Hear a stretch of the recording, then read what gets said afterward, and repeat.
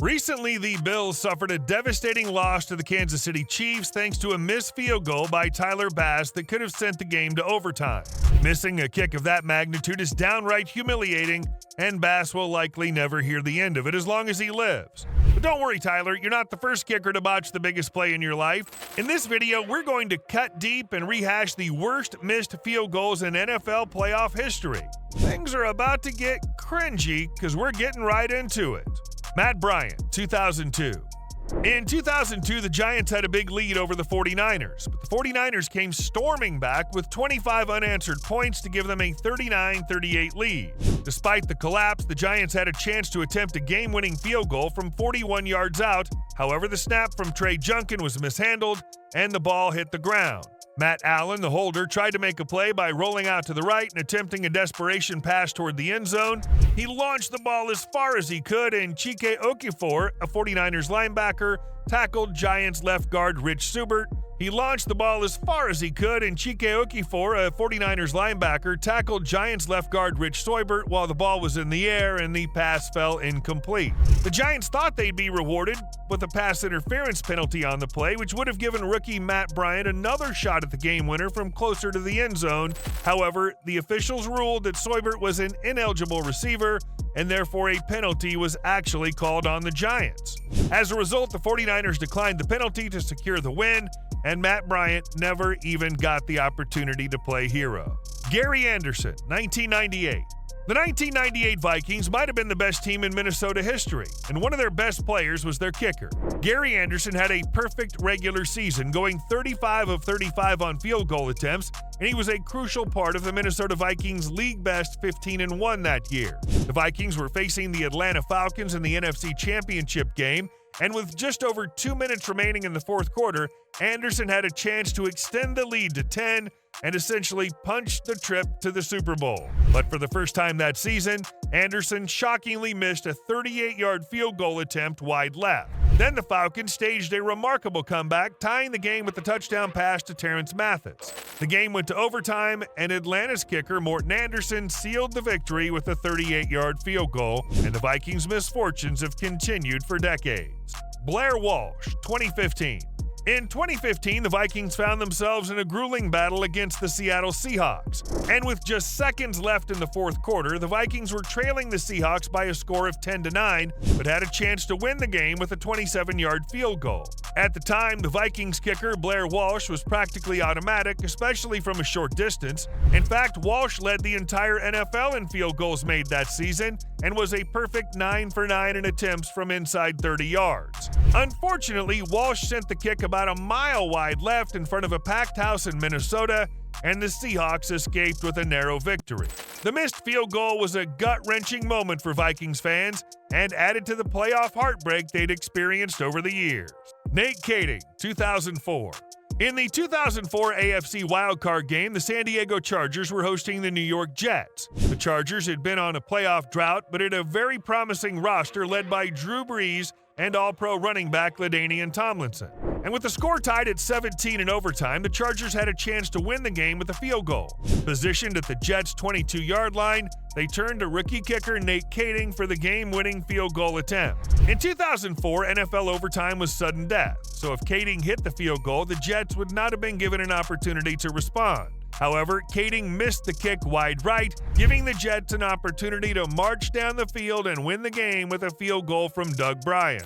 Despite the devastation, the Chargers opted to keep Kaeding around as their starting kicker, a decision that would bite them in the rear end years later. In 2009, Kaeding once again faced the Jets in a playoff matchup. This time around, he missed 3 field goal attempts in a 17-14 loss. Ouch. Believe it or not, during the regular season, Nate Kaeding was lights out. Statistically, he ranks as a top 15 regular season kicker in NFL history, but fans will only remember his dreadful playoff shortcomings. Doug Bryan, 2004. The Jets, on the other hand, advanced to the AFC divisional round after Doug Bryan's overtime winner against the Chargers. However, his luck would end there. The very next week, the Jets faced off against the Steelers, and with a chance to upset the top-seeded team on the road, Bryan missed a crucial field goal attempt wide left at the end of regulation. The miss forced the game into overtime, making it the third consecutive game for the Jets that went into an extra period. And in overtime, the Steelers won the game thanks to a 33-yard field goal by Jeff Reed. Bryan's miss ended up being his last for the Jets, as the team opted not to bring him back after his blunder in Pittsburgh. Cody Parker, 2018. Isn't it crazy to think that in 2018 the Chicago Bears were in the playoffs, led by a seemingly promising young quarterback named Mitch Trubisky?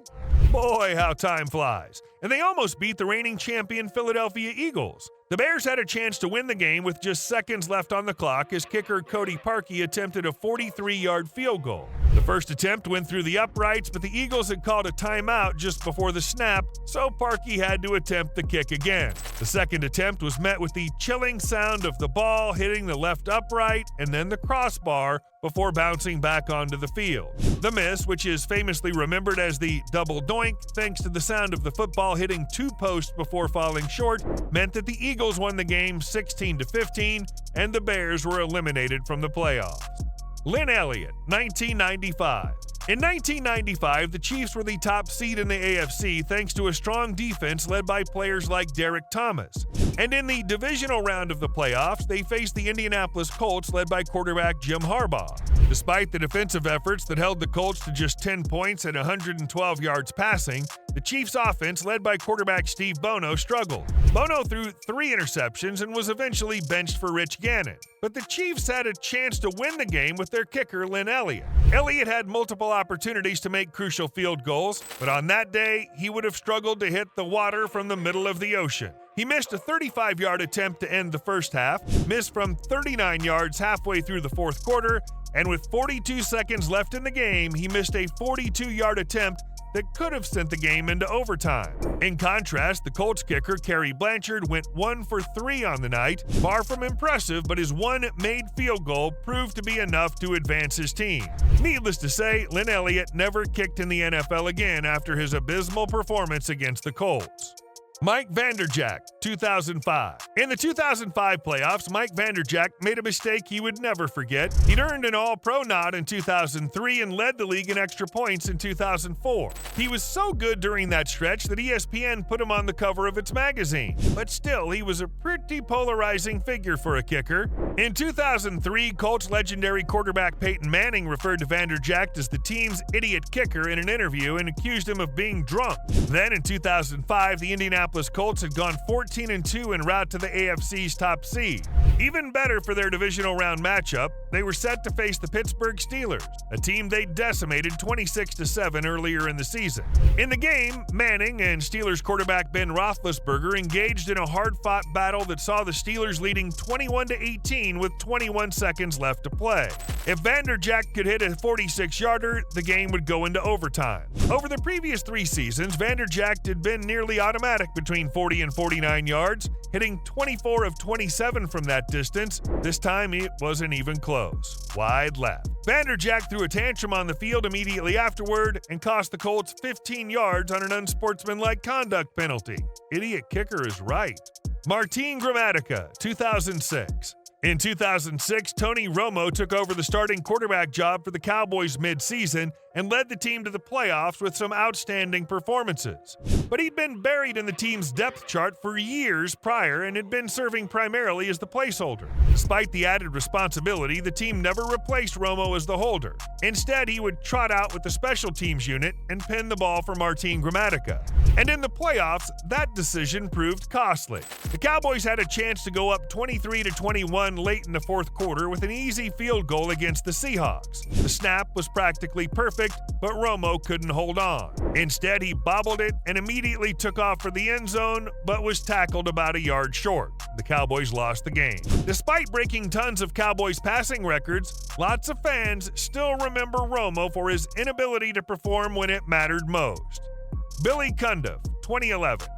During the 2011 AFC Championship game, the Baltimore Ravens were trailing the New England Patriots by 3 points with just 15 seconds left in the fourth quarter. Their kicker, Billy Kundu, had a chance to send the game into overtime with a 32-yard field goal attempt, Kundu had been reliable throughout the season, going 16 of 16 on fourth-quarter field goals. And at first, it looked like Kundu's kick was headed straight down the pipe. But midair, the kick took a nasty hook towards the left, and the Pats won the game. The Ravens cut ties with Kundu following the miss and won the Super Bowl the very next season. And Kundu never mentally recovered.